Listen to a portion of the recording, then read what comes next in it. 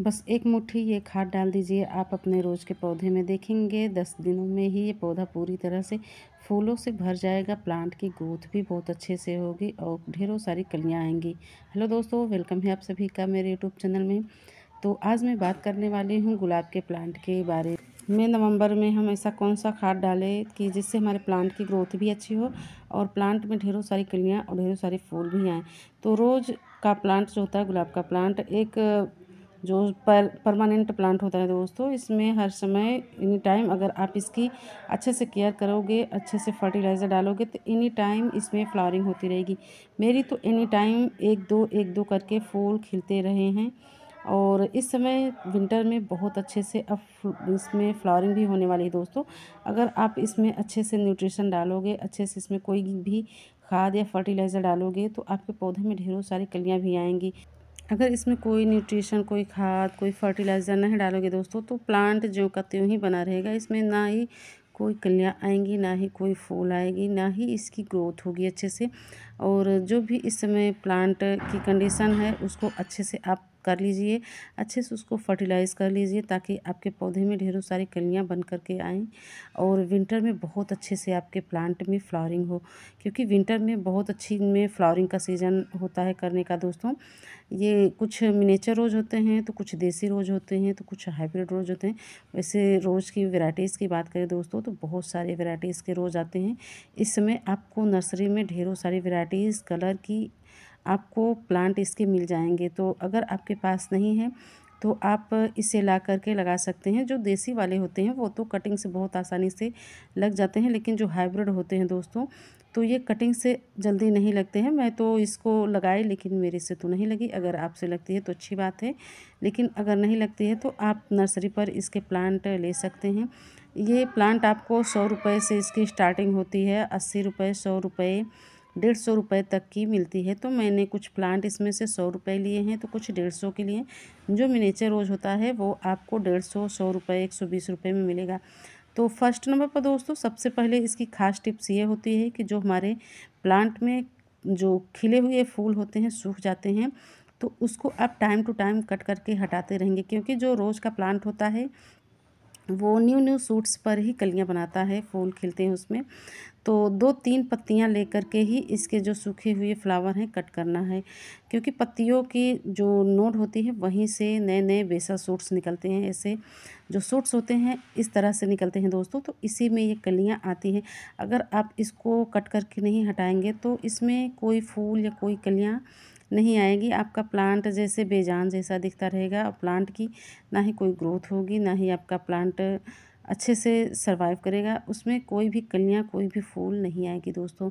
तो इसको आप टाइम टू टाइम इसको जो सूखे हुए फ्लावर हैं कट करके हटाते रहें। नहीं तो इससे जो होती है ना, जो वैसे जो देसी रोज़ होते हैं उसमें तो सीड भी बनने लगते हैं, लेकिन जो हाइब्रिड होते हैं उसमें तो सीड नहीं बनते हैं, लेकिन देसी में बनते हैं। और इसकी जितनी भी खराब पत्तियाँ हैं दोस्तों इसको आप हटाते रहिए। तो सेकंड टिप्स यही है दोस्तों कि इसकी जो पत्तियां हैं, जितनी भी खराब पत्तियां हैं, फंगस लगे हुए हैं पत्तियों में, सब में हटा दीजिए इसको।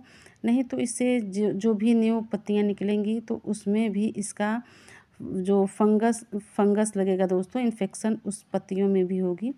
तो आपका प्लांट ज्यों का त्यों ही रह जाएगा, प्लांट आपकी कोई ग्रोथ नहीं करेगा।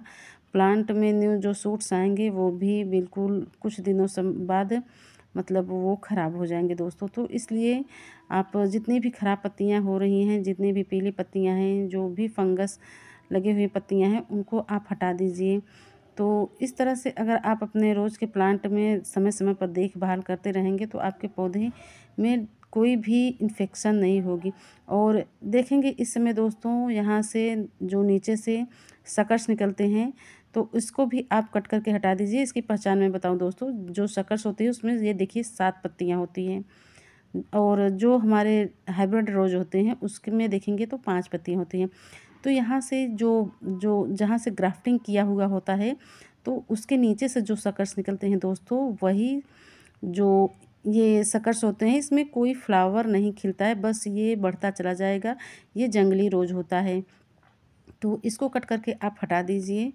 और अगर आप ये समय समय पर देखभाल करेंगे दोस्तों तो आपके पौधे में जो सकर्स है वो नहीं निकलेंगे और पौधा आपका अपन जो ग्राफ्टेड वाला एरिया है वो ग्रोथ करेगा। नहीं तो जब सकर्स निकलते रहते हैं दोस्तों, निकलने लगते हैं, तो प्लांट आपका ग्रोथ करना बंद कर देता है। तो सकर्स को आप कट करके हटा दीजिए टाइम टू टाइम, नहीं तो सकर्स सारी एनर्जी ले लेती है, बहुत स्पीड से बढ़ती है। और जितने भी सूखे हुए इसमें जो डंठल है, ब्रांचेस हैं, उसको आप हटा दीजिए। जो प्लांट है बिल्कुल इसको अच्छे से तैयार करिए विंटर में फ्लावरिंग करने के लिए। और जहाँ जहाँ भी आप कट कर रहे हैं वहाँ पर फंगिसाइड या हल्दी पाउडर ज़रूर लगाइए, ताकि हमारे प्लांट में कोई फंगस ना लगे। क्योंकि रोज़ का प्लांट ऐसा होता है दोस्तों, बहुत जल्दी ये इसमें फंगस का अटैक होता है। डाई बैक की समस्या बहुत जल्दी इसमें शुरू हो जाती है। तो जब भी इसमें इसको कट करें दोस्तों, तो इसकी जो सूखे हुए पार्ट को हटाएं, तो कट करने के बाद इसमें फंगिसाइड ज़रूर लगाइए। अगर आपके पास फंगिसाइड नहीं है तो आप इसकी जगह पर हल्दी का यूज कर सकते हैं। तो ये खास टिप्स ज़रूर याद रखिए दोस्तों। इसमें फंगस से अपने प्लांट को आप खुद से तैयार होने से बचाइए, ताकि आपके प्लांट में कोई फंगस ना लगे। अगर आप इसकी केयर नहीं करोगे दोस्तों, तो आपका पौधा बहुत जल्दी फंगस का शिकार होगा। तो आपको खुद इसको बचाना होगा, नहीं तो ये इतने महंगे प्लांट आते हैं, बहुत जल्दी ये ख़राब हो जाएंगे। तो यहाँ से मैं इसकी, अगर आप प्रूनिंग नहीं किए हैं दोस्तों, तो प्रूनिंग भी इस समय कर सकते हैं। तो मैं इसकी कुछ ब्रांचेस कट करके हटा दे रही हूँ, जो लंबे लंबे ब्रांच हो रहे हैं, ताकि इसमें से नए नए शूट्स अच्छी तरह से आएँ।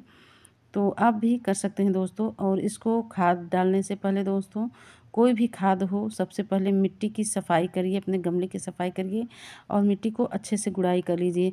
अगर मिट्टी आपकी गीली है तो उस समय आप कोई भी खाद ना डालें। और इसमें मैंने विंटर फ्लावरिंग सीड्स लगाए थे दोस्तों। यहाँ एक नेस्टिसियम के सीड्स अपने आप ही हो गए हैं, और इसमें ट्राई कलर डेजी का प्लांट भी अभी है, सीडलिंग्स मतलब।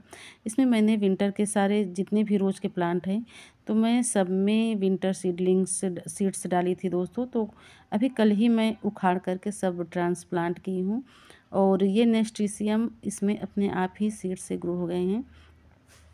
तो खाद में हमें क्या लेना है दोस्तों, ये देखिए हमने ये सारे खाद लिए हैं। जो इसमें हम बताते हैं दोस्तों कौन कौन सी खाद है।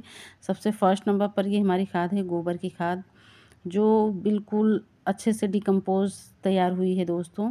और ये हमारे घर की ही गोबर की खाद है, बनाई हुई खाद है, और इसमें बहुत ज़्यादा केचुए पड़े हुए हैं दोस्तों। और सेकंड नंबर पर ये है केले के छिलके का पाउडर बना करके हमने रखा है। इससे हमारे प्लांट में अगर फ्लावरिंग नहीं होगी तो फ्लावरिंग करने में बहुत मददगार करती है। इसमें भरपूर मात्रा में पोटेशियम होता है। और तीसरे नंबर पर दोस्तों ये है चाय की पत्ती। अगर नाइट्रोजन की कमी है तो ये इससे इसकी पूर्ति होगी। और ये है सीविड माइक्रोन्यूट्रिएंट्स, और थोड़ी सी फंगिसाइड मैंने लिया है, सरसों की खली का पाउडर है और नीम की खली का पाउडर है। ये सारे हमारे प्लांट के लिए बहुत अच्छे खाद तैयार होंगे। इससे हमारे प्लांट में पोटेशियम, नाइट्रोजन, फास्फोरस सभी मिल जाएंगे प्लांट को। हर न्यूट्रिशन से इसमें हर न्यूट्रिशन है मौजूद दोस्तों। जो इसमें मेरे वर्मी कंपोस्ट मतलब गोबर की खाद है, सॉरी दोस्तों, गोबर की खाद है। इसमें देखिए केचुए कितनी ज़्यादा केचुए हैं, तो ये हमारे प्लांट के लिए बहुत ही फ़ायदेमंद है। तो इसको अच्छे से मिक्स करना है। जो हमारी ये होती है खाद दोस्तों, मतलब सरसों की खली, नीम की खली और चाय की पत्ती हमारे प्लांट के लिए बहुत फ़ायदेमंद है। फ्री में आप केले के छिलके का भी पाउडर तैयार कर सकते हैं, अपने घर पर बना करके अपने प्लांट को दे सकते हैं। तो मैंने अभी तक इसमें कोई खाद नहीं डाला है, तो इसलिए मैं इसमें गोबर की खाद ले रही हूँ, ताकि हमारे प्लांट की ग्रोथ बहुत अच्छे से हो सके और हमारे प्लांट में जो पत्तियाँ हैं वो बहुत अच्छे से आए। इसके लिए हमें नाइट्रोजन युक्त खाद डाला है दोस्तों, उसके लिए चाय पत्ती डाली है हमने। तो और ये है थोड़ी सी डीएपी दोस्तों। डीएपी जो हमारी है वो थोड़ी सी ये शीत लग गई थी इसमें, ये थोड़ा गल गया है तो इसका पाउडर बन गया है, लेकिन मैं डाल रही हूँ, ये ख़राब नहीं हुआ है। तो ये सारे जो फर्टिलाइज़र है मैं अपने सारे प्लांट में, गुलाब के जितने भी प्लांट हैं सभी में डालूँगी, क्योंकि मैंने इसमें सीड्स लगाए थे दोस्तों। तो इस वजह से मैं इसमें ना ही कोई लिक्विड फर्टिलाइज़र डाल पा रही थी, ना सॉलिड फर्टिलाइज़र डाल पा रही थी। तो मैंने जब ये अच्छे से तैयार हो गए सीडलिंग्स, तो मैंने इनको इन सारे को निकाल करके ट्रांसप्लांट कर दिया। उसके बाद मैं ये खाद दे रही हूँ, ताकि ये विंटर में हमारे बहुत अच्छे से फ्लावरिंग करें। तो एक एक दो दो मुट्ठी ये सारे खाद हमें अपने गमले में डालने हैं। अगर आपका 6 इंच का गमला है तो 1 मुट्ठी आपके गमले के लिए काफ़ी है, लेकिन मेरा 10 इंच से बड़ा है, ये 12-13 इंच का गमला है दोस्तों, बड़े साइज़ का गमला है। तो मैं इसमें 2-2 मुट्ठी भर कर के डाल रही हूँ ये सारे खाद। जितने भी रोज़ के प्लांट हैं सभी में मैं ये खाद डालूँगी, जिससे हमारे प्लांट में अच्छे-अच्छे पत्तियाँ आएँ, हेल्दी पत्तियाँ आएँ। और इसमें एक देखिए दोस्तों, वर्बेना की सीडलिंग्स अभी है तो मैं इसको बचा कर रखी हूँ। मैं कुछ समय बाद जब ये अच्छे से तैयार हो जाएंगे तो मैं इसको फिर से ट्रांसप्लांट कर लूँगी, और जब इसमें ये गोबर की खाद पड़ेगी तो ये हमारे सीडलिंग्स जो हैं और हेल्दी तैयार हो जाएंगे। नहीं तो वैसे ही इसमें पूरे मेरे विंटर सीडलिंग्स भरे हुए थे दोस्तों, तो इस वजह से मैं इसमें कंपोस्ट या कोई खाद फर्टिलाइज़र नहीं डाल पा रही थी, क्योंकि जो फर्टिलाइज़र होते हैं दोस्तों सीडलिंग्स के लिए नुकसानदायक भी हो जाते हैं कभी-कभी। जो प्लांट होते हैं वो तो सह लेते हैं, लेकिन जो सीडलिंग्स होती है वो बिल्कुल बच्चे होते हैं, तो ये थोड़े और ज़्यादा इसमें न्यूट्रिशन होता है, तो ये हमारे प्लांट नहीं सह पाते हैं। इसमें भी एक नेस्टिसियम के सीड्स उगे हैं दोस्तों, और इसको मैं बचाऊंगी। पहले मिट्टी की गुड़ाई कर लेते हैं, फिर उसके बाद इसमें खाद डालेंगे, क्योंकि सारे जो गमले में नेस्टिसियम उग रहे हैं दोस्तों, ये नेक्स्ट ईयर के मेरे हैं। मैंने इनमें सब ऐसे ही गमले में सारे सीड्स को ऐसे ही डाल दिया था, उसी समय कलेक्ट करके। मैंने इसको सेव करके भी नहीं रखा था, तो अब अपने समय पर ये उग रहे हैं धीरे धीरे। नेस्टिसियम ऐसा सीड होता है दोस्तों, जो इसको अगर गमले में फेंक दो तो अपने समय पर विंटर आने पर बहुत अच्छे से ये ग्रो होने लगता है। तो मैं इसके बारे में बात नहीं करूँगी दोस्तों, क्योंकि मैं गुलाब के बारे में बात कर रही हूँ। तो इसमें भी मैं ये सारे खाद दे दूँगी। इससे हमारे प्लांट की ग्रोथ भी अच्छी होगी, प्लांट में फ्लावरिंग होगी, प्लांट में कलियाँ भी आएँगी। तो इस तरह से ये सारे प्लांट में आप अपने खाद डाल सकते हैं। इसमें भरपूर मात्रा में नाइट्रोजन, पोटेशियम, फास्फोरस सभी है दोस्तों। और वीडियो अच्छा लगे तो प्लीज़ मेरे वीडियो को लाइक, शेयर, कमेंट्स करिए। न्यू है तो प्लीज़ सब्सक्राइब माय चैनल, और बेल आइकन के बटन को ज़रूर प्रेस कर दीजिए, ताकि मेरी आने वाली वीडियो की हर नोटिफिकेशन आप सब तक पहुंच सके। तो फटाफट बिना देरी किए हुए नवंबर में अपने गुलाब के पौधे को ये खाद दीजिए, ताकि सर्दियां भर ये पूरे आपके गार्डन में अच्छे से ब्लूमिंग करते रहे, भर भर के इसमें कलियाँ आएँ, भर भर के इसमें फूल खिले, प्लांट की ग्रोथ भी अच्छी हो, प्लांट में ढेरों सारी पत्तियां भी आएँ। तो बिना देरी किए हुए ये सारे टिप्स अपनाएं और अपने प्लांट को ये खाद दीजिए दोस्तों। तो चलते हैं, okay bye, happy gardening, Radhe Radhe.